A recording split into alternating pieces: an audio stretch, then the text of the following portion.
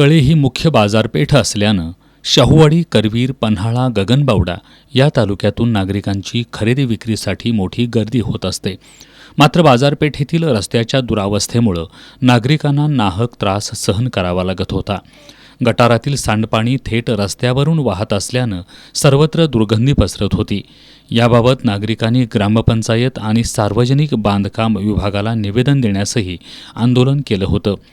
त्यानंतर या रस्त्याच्या कामासाठी निधी उपलब्ध झाला असून रस्त्याचं काम सुरू झाल्यानं समाधान व्यक्त केलं जात आहे. पुन्हा रस्त्याचं जे 8 ते 10 वर्ष प्रलंबित काम होतं ते आता शासकीय मंजुरीतून चालू झालेलं आहे आणि काम उत्कृष्टरित्या चालू झालेलं आहे असं दिसत आहे. आणि असंच काम दर्जेदार आणि चांगलं व्हावं ही अपेक्षा. आणि या कामाला जे काही सहकार्य लागेल ते आमचे कळे पुन्हा रोडची सगळं व्यापारी वर्ग सहकार्य करेल ही त्यांच्याकडून आम्ही अपेक्षा ठेवतो. दरम्यान कळे गावात सांडपाण्याचा प्रश्न गंभीर आहे. सांडपाणी प्रक्रिया प्रकल्पासाठी देवस्थानच्या जमिनीची मागणी करण्यात आली असून प्रकल्पाचं काम लवकरच सुरू होईल असं सरपंच सुभाष पाटील यांनी सांगितलं.